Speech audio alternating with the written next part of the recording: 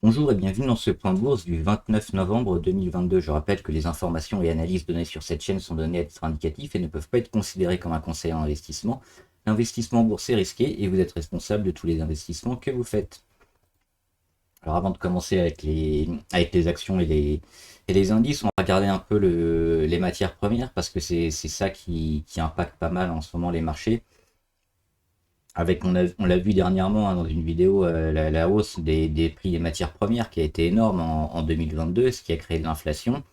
Et on a eu ce pic depuis cet été, et depuis on commence à avoir une baisse, une stabilisation et une petite baisse, hein, des matières premières, alors essentiellement de l'énergie, mais toutes les matières premières qui avaient augmenté, que ce soit l'agricole avec l'alimentaire, hein, soja, blé, etc. Et aussi les métaux précieux, tout ça commence à perdre un peu en valeur. Forcément, c'est monté trop vite. Donc, on va commencer à corriger. Ça aussi, c'est les signes généralement d'une récession qu'on nous a promis, hein, depuis le post-Covid avec l'inflation énorme et puis les problèmes que ça a engendré. Donc voilà, les prix des matières premières ont tendance quand même à chuter. On le voit bien ici sur cet indice CRB, hein, avec la moyenne à 200 qui a déjà été cassée, puis le petit support ici qui est en train d'être enfoncé, et puis les prix sont en train de dégringoler, enfin de chuter. On va voir également après ça les marchés, avec le Nasdaq qui a un peu de mal aujourd'hui, moins 1%. Toujours dans sa petite phase ici où il bouge pas trop. On voit les chandeliers sont assez petits, donc pas de grosse volatilité. On est toujours sous l'oblique, prêt à essayer de casser. On a déjà fait un faux départ, hein, c'était cet été. Et là, on réessaye à nouveau, mais le support est assez loin, beaucoup plus bas sur les 10 007. On est entre les 11 500 et les 12 000. On va essayer de chercher les 12 000, mais toujours un peu à la peine. Et enfin le CAC 40. Alors avant le CAC 40, vers quoi on tend? Donc on a soit le fameux rallye de Noël qu'on a souvent en fin d'année où toutes les actions ont tendance à monter, soit la récession. C'est un peu les deux choix sur lesquels le marché est en train d'hésiter actuellement. Alors qu'est-ce qui pourrait faire pencher la balance d'un côté ou de l'autre? Eh ben, on a déjà, aux côtés des bonnes nouvelles, l'inflation qui arrête sa progression, l'inflation qui arrête d'augmenter. On l'a vu notamment, on avait des chiffres aujourd'hui, hein, sur l'IPC en Allemagne, donc l'indice des prix à la consommation. On attendait 10,4, hein, sur l'année au niveau annuel au mois de novembre, et on a eu finalement 10%, donc c'était bien en dessous de ce qui était prévu, donc c'était plutôt bien. Ça confirme aussi les bons chiffres qu'on a eu dernièrement aux États-Unis, qui ont confirmé la même chose, hein. On a vraiment cette baisse de l'augmentation de l'inflation, donc ça c'est une première chose. On a eu aussi dernièrement les bons résultats des entreprises, donc c'est plutôt positif. Finalement, ils s'en sont bien sortis. Et donc tout ça, ça nous mène peut-être à le pivot des banques centrales, c'est-à-dire les banques centrales vont arrêter d'augmenter fortement les taux, c'est-à-dire passer de 0,5 à 0,25 d'augmentation sur les taux directeurs, ou alors même d'espacer, de faire sur une réunion pas du tout d'augmentation, et puis la prochaine on refera 0,5. Avant, en 2023, peut-être de commencer à baisser, mais pour l'instant on n'en est pas là, mais c'est l'objectif pour 2023, certainement pour les banques centrales, une fois qu'on aura bien monté les taux, commencer à les réduire doucement, mais toujours en gardant une certaine marge de manœuvre. Donc ça, c'est plutôt les bonnes nouvelles. Maintenant, les mauvaises, qu'est-ce qui pourrait empêcher ce rallye de Noël? Bah, c'est plutôt la récession qu'on nous a promis avec le post-Covid, hein, les entreprises qui ont beaucoup de mal avec les dettes qu'elles ont contractées pour faire face justement à cette période de Covid où il y a eu de gros soucis de chiffre d'affaires. Également, moins d'aide de l'État ou des banques centrales, hein. Les États qui ont aidé un petit peu les entreprises, il y en a plus. Il faut aussi rembourser les prêts. Et les banques centrales, que ce soit la BCE ou la Fed en particulier, ont aussi réduit leur achat d'actifs sur les marchés. Donc ça va aussi pénaliser un peu les marchés actions. On l'a vu en préambule, on a la hausse du prix de l'énergie, que ce soit le pétrole, mais aussi les autres matières, donc alors surtout le pétrole. Mais là, dernièrement, c'est en train de baisser. Donc, on peut le voir rapidement avec le Brent ici. On le voit, hop, ici, on est en octobre. Là, c'était au mois de juin. Et le début de l'année, il est là. Donc, début d'année 2021, jusqu'à cet été, le pic inflationniste hein, sur le pétrole. Et puis, depuis, on commence à baisser. Puis là, on a eu une première baisse ici au mois de septembre. Et puis, on revient la tester. Hein. On est sur le même point bas sur le Brent. Donc le pétrole. Et le dernier point, on va revenir au CAC 40, hein, le dernier point qui pourrait nous mener vers une petite récession, bah, c'est déjà au moins de consolider.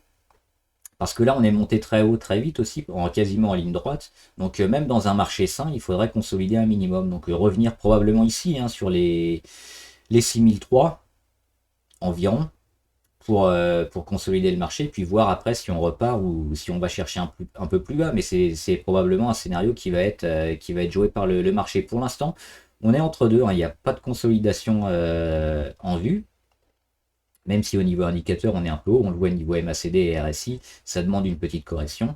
On tient toujours notre support à 6582, et on est sur les 6666 et sous une dernière résistance à 6830 environ. Donc au niveau court terme, on n'a pas encore de réelle indication si le marché a décidé de jouer le rallye de Noël ou la consolidation vers une récession. Donc on verra ça en décembre. Là, on est véritablement entre deux. On va regarder quelques actions intéressantes. Hop. Alors Galp Energia qui continue, hein, on en avait parlé ici.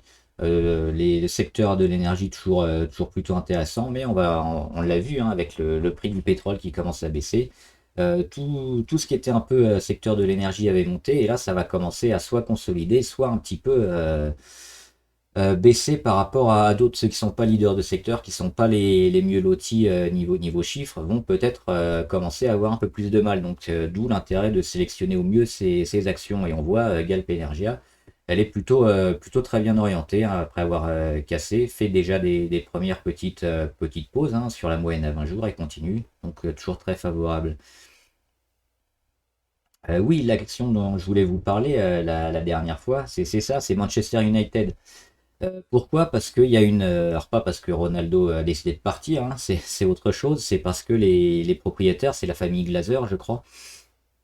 On parle de cession, hein, ils veulent se désengager, alors totalement ou partiellement, on verra, mais si c'est un nouvel acquéreur qui prendra les rênes de Manchester, ça pourrait faire un bond au niveau des actions, parce que là, on est valorisé environ 3,5 milliards. On pourrait avoir des offres autour du double, donc autour de 7 milliards. Donc en termes d'actions, ça pourrait être très intéressant, hein, on le voit. C'est de la spéculation ici qui est née justement de ces rumeurs hein, sur lesquelles la famille Glazer donc, voudrait vendre en partie ou totalement ses parts dans Manchester United. Donc un nouvel acquéreur, soit par une OPA amicale ou hostile, a priori plutôt amicale sur ce qu'on a vu. Il y a plusieurs personnes, pour l'instant c'est encore un peu flou, mais on va pas s'étendre aujourd'hui là-dessus, mais on voit au niveau des volumes, c'est énorme. Il y a beaucoup de gens qui pensent à un possible rachat de Manchester. Donc on est passé sur une action qui cotait autour des 12-13 dollars. Là on est au Nasdaq. On est déjà monté à plus de 20. Donc même maintenant c'est encore intéressant parce qu'on joue la spéculation. Et le gros bond d'une action, éventuellement un nouvel acquéreur qui reprendrait une part des actions ou qui ne reprendrait pas les actions, mais qui mettrait un peu Manchester United dans une nouvelle dimension, parce que ça fait plusieurs années, depuis notamment le départ de Ferguson, hein, pour ceux qui suivent un peu le football, que Manchester a baissé véritablement en niveau. On les voit rarement en Coupe d'Europe, et ils ont de la peine en championnat. Donc ça, c'est aussi important pour les recettes, que ce soit au niveau des transferts de joueurs, mais des primes, hein, des primes en Coupe d'Europe, etc. On gagne de moins en moins d'argent à Manchester. Donc le fait d'insuffler un peu un vent nouveau avec un nouvel acquéreur, ça pourrait relancer Manchester et donc les actions. Donc spéculatif, mais probablement intéressant. Rheinmetall, il se passe rien pour l'instant. On attend toujours de casser cette résistance, mais tant qu'on n'a pas véritablement buté et fait un échec un peu définitif, d'autant que alors les volumes cette semaine pas encore, mais la semaine dernière ils étaient présents. Si cette semaine ça réagit pas, il faudra peut-être s'en inquiéter. Ça on l'a déjà fait, on va pas le refaire. Tesla, on voit hier ils ont tapé pile leur oblique, hein, leur troisième point d'impact. On a le premier ici le 21 septembre, le deuxième le 1er novembre, puis le troisième hier. Là, on retape encore une fois l'oblique. On attend qu'elle casse cette oblique pour véritablement tenter un petit rebond sur Tesla. On regarde les indicateurs, c'est pas mal parce que niveau MACD, on est en dessous du zéro, donc ça demande aussi à retourner un peu vers le haut. L'oblique RSI, elle est à deux doigts d'être cassée. On est déjà allé sous les 30. Là, on a reflirté une nouvelle fois avec les 30.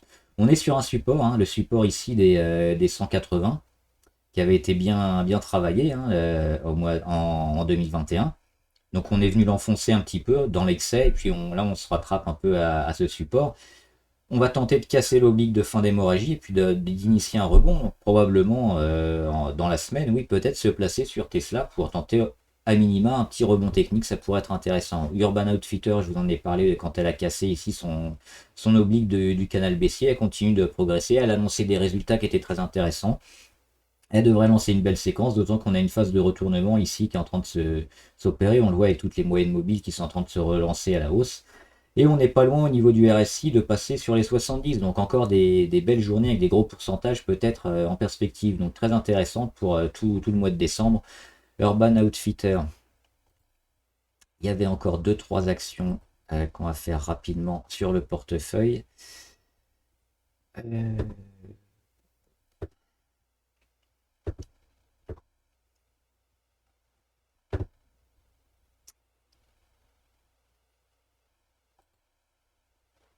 LVMH, toujours en phase de congestion, ici d'accumulation entre les 708, hein, la résistance qu'elle n'arrive pas à passer, et puis le petit gap.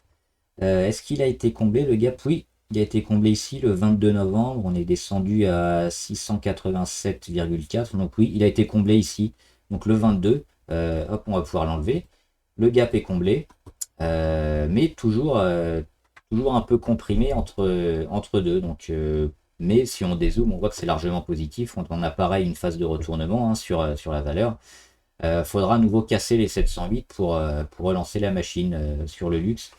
En Chine, c'est pareil, on a pas mal d'échos qui nous arrivent sur les confinements et les possibles déconfinements, hein. On sait que le régime chinois est plutôt strict, mais il semblerait lâcher un peu du lest pour permettre à la population qui commence à en avoir un peu marre des, euh, des soucis de confinement. Donc ça pourrait permettre un peu aux entreprises et à la population de sortir un peu plus et de relancer un peu plus l'économie. Donc de desserrer un peu la bride sur la politique zéro Covid en Chine, ce serait aussi bon pour le luxe.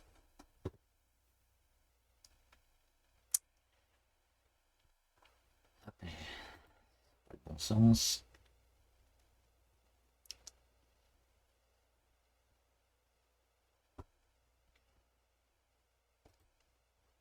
Il y a SMCP aussi qui a fait une belle journée aujourd'hui, mais on est toujours dans ces vagues, hein. Pour l'instant, on a remis probablement encore un petit plus bas. Il faut tenir surtout alors les 6,42, mais même je mettrais un peu au-dessus, autour des 6,62, hein, parce que là, on commence à jouer avec la moyenne à 20 jours. À court terme. À moyen long terme, on voit qu'on a une belle phase de retournement aussi, donc ça veut dire qu'on va certainement avoir des vagues, peut-être corriger un peu plus bas. Mais on est super bien orienté sur SMCP, probablement pour 2023. On ira chercher des zones au-dessus des 7,50 ou des 8. Donc éventuellement s'alléger si on risque de casser cette zone-là. Sinon, pour du moyen long terme, il n'y a rien à faire. Après, pour du trading, toujours intéressant de s'alléger, de renforcer sur des niveaux qui sont un peu plus bas, peut-être sur un retour autour des moyennes à 200 ou 50.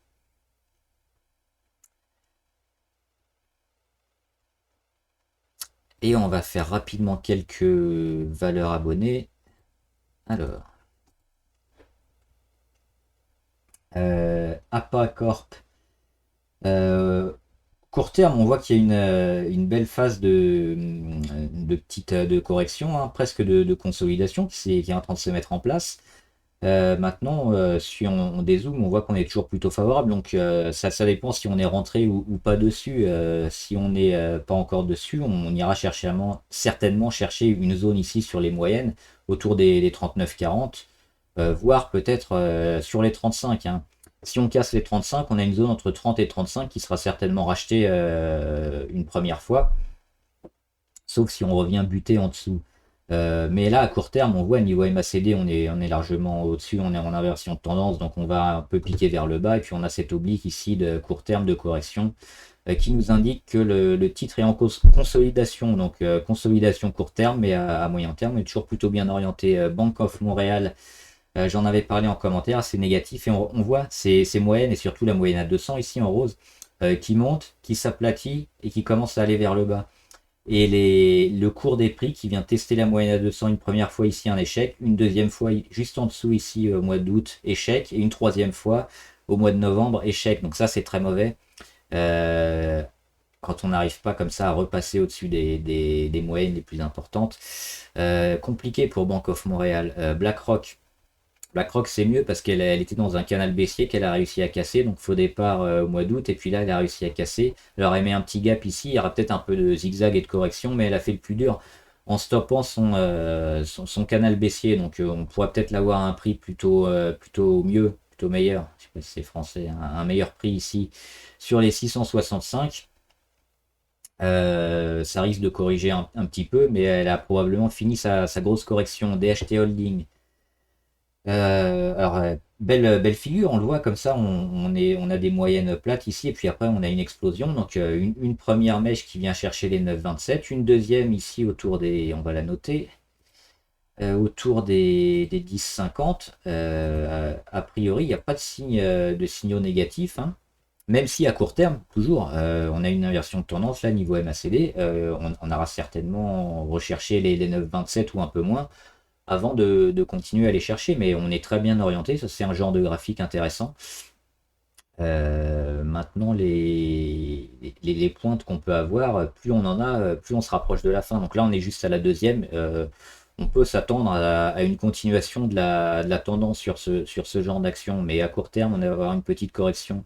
EQT Corp, EQT Corp, c'est intéressant parce qu'elle a une baisse de la volatilité. On le voit, elle a fait pareil, hein, que l'action précédente avec cette première montée, et puis après, grosse volatilité, on consolide fortement ici sur le premier support à 30,50, on revient chercher les 50 dollars, et puis après, baisse de la volatilité, on est ici entre 36 et 44, donc c'est cette zone-là qu'il va falloir surveiller. On a toutes les moyennes aussi qui sont rassemblées dans cette zone-là, donc si on va casser, et puis qu'après on se sert de ce support ou de cette résistance au niveau du prix, on aura une belle indication. Donc si on est au-dessus et qu'on reste au-dessus, et qu'on vient taper ici les 44, ce sera favorable. Et puis inversement, si on passe sous les 36 et qu'on essaye de taper les 36 et qu'on n'y arrive pas, il y aura probablement un retournement à la baisse. Frontline, pareil, signal de correction court terme ici, mais à moyen long terme, on est très bon. On voit ces vagues, hein, qui vont de plus en plus haut.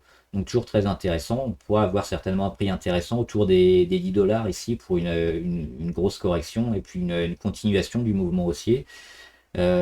Après, toujours, faut vérifier avec les chiffres, hein. Là, je fais que l'analyse graphique, mais c'est plutôt à corréler avec des chiffres, des annonces de résultats qui sont bonnes ou mauvaises et qui vont confirmer les graphiques des semaines et des mois précédents. GTT, alors je la suivais, GTT, avec ici le support à 103,9 environ qui avait été testé ici, et une deuxième fois, pareil, il a été testé et il a tenu. Donc très bien, on a cassé l'oblique court terme de correction, on se met dans un range entre 103 et 120, avec un petit gap, on voit si on zoome à 120, il y a un petit gap baissier qui s'est créé.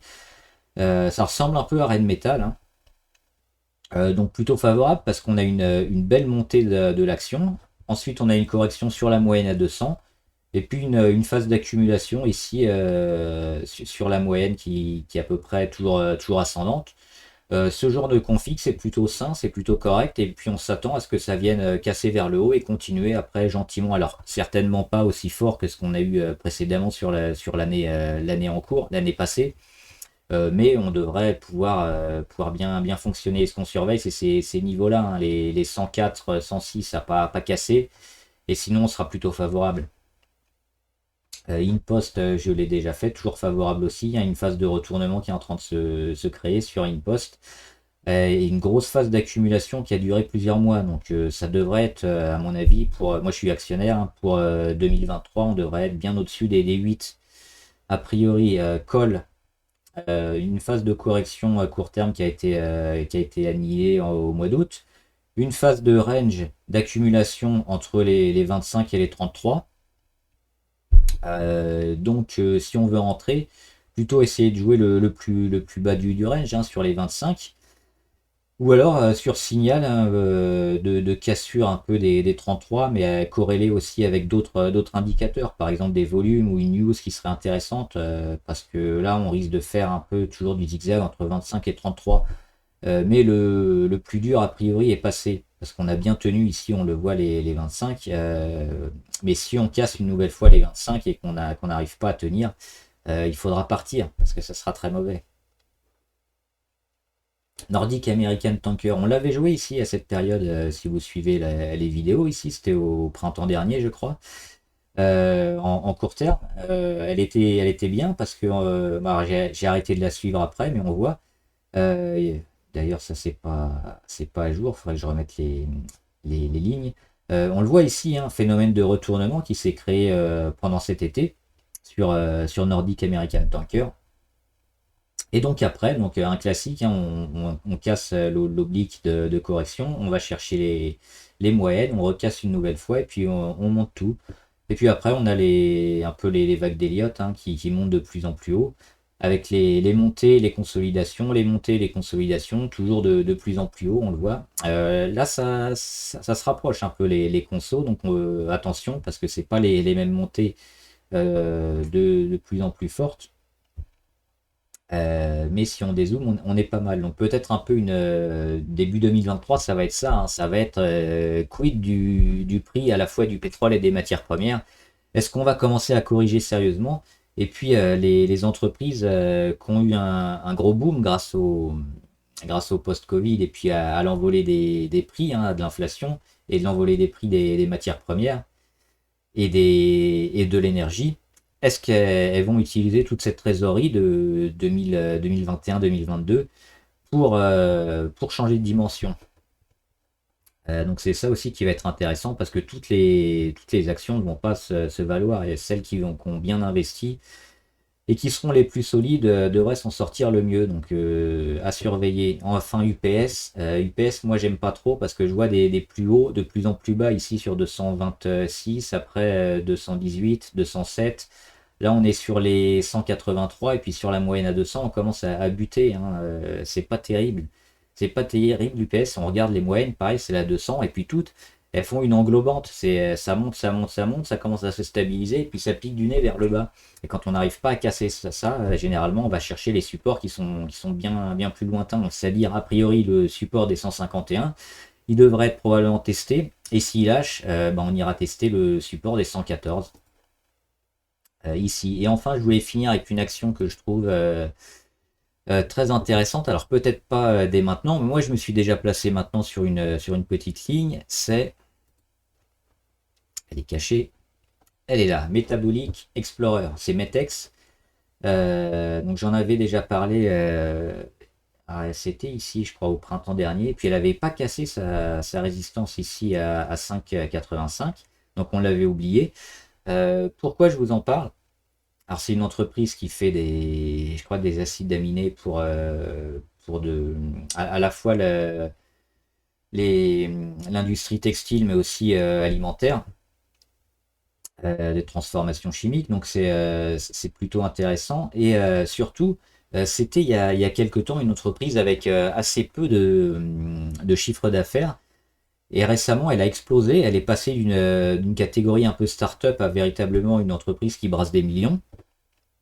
D'où le cours qui a explosé, hein. On le voit ici 2020, puis 2021 et 2022. Hein. On était ici sur les 1 euro environ, 1,07 €. On est monté à plus de 7 euros, donc on a fait du x7. Et puis, il y a eu 2022 avec la hausse de l'énergie. La hausse de l'énergie, ça a énormément impacté Metex parce que eux, ils bénéficiaient pas d'aide de l'État comme certains avec le gaz et autres pour, euh, pour leur entreprise. Donc, eux, ils ont un coût en termes d'énergie qui est assez énergivore et qui est important dans leur coût de production. Donc, ils ont décidé récemment de fermer une usine. Alors je sais plus où elle est en France exactement, mais c'est une usine qu'ils avaient racheté un industriel japonais donc. Et ils l'ont fermé, alors c'était le mois dernier je crois, c'était en octobre, donc chômage partiel, dû notamment à cette hausse des prix de l'énergie. Mais c'est une entreprise qui a véritablement changé de dimension dernièrement, et on voit le cours il est revenu sur cette avant-explosion. Je pourrais peut-être faire un point un peu plus complet sur cette entreprise, donc vous me direz si ça vous intéresse. Mais moi je pense qu'avec l'énergie qui risque de baisser, la demande qui va revenir sur Metex, s'ils rouvrent à nouveau leur usine qu'ils avaient mis au chômage partiel, on devrait avoir à nouveau des chiffres d'affaires qui vont s'envoler. Et le prix de l'action ici, qui est à 1,6, il est largement sous-valorisé par rapport à l'entreprise qui est capable d'avoir des chiffres d'affaires. J'ai regardé, j'ai plus les chiffres en tête, mais c'est plusieurs dizaines ou centaines de millions d'euros. Donc, investir maintenant à ce prix-là, c'est certainement intéressant pour Metex. Donc voilà, vous me direz ce que vous en pensez. Mais alors, pas tout de suite, parce que ça va mettre encore quelques semaines, voire quelques mois, mais il y a de belles chances quand même que cette entreprise, en 2023, reprenne son cours. On le voit, alors peut-être pas ici sur les 7, mais au moins reprenne un cours sur l'année. Ici, on le voit sur l'année 2021-2022, avec un cours moyen autour des 4. Si on rattrape les 4, on est à 1,7, on aura plus que doublé la ligne, donc on sera très, très content. Et c'est une ligne qui est plutôt sûre, enfin plutôt sûre, faut jamais dire ça, mais plutôt intéressante si on regarde véritablement les chiffres de l'entreprise et ce qu'elle propose. C'est plutôt du solide, donc là c'est sous-valorisé, c'est à nous de profiter comme ça des excès du marché, que ce soit à la hausse ou à la baisse. Et là ça me semble être le cas sur cette entreprise. Donc voilà, j'espère que la vidéo vous a aidé. Si c'est le cas, mettez un commentaire, n'hésitez pas à liker la vidéo et la partager avec des amis ou des investisseurs que ça puisse aider. Vous pouvez aussi vous abonner à la chaîne, comme ça vous serez au courant avec la petite clochette YouTube en haut à droite, hop, par là, qui vous préviendra à chaque fois que je sors une vidéo. Et n'hésitez pas à laisser en commentaire si vous avez des questions sur la bourse en général, vos actions, vos entreprises que vous suivez ou autres. J'y répondrai avec plaisir, ou des analyses graphiques sur les actions. Bon trade, à plus!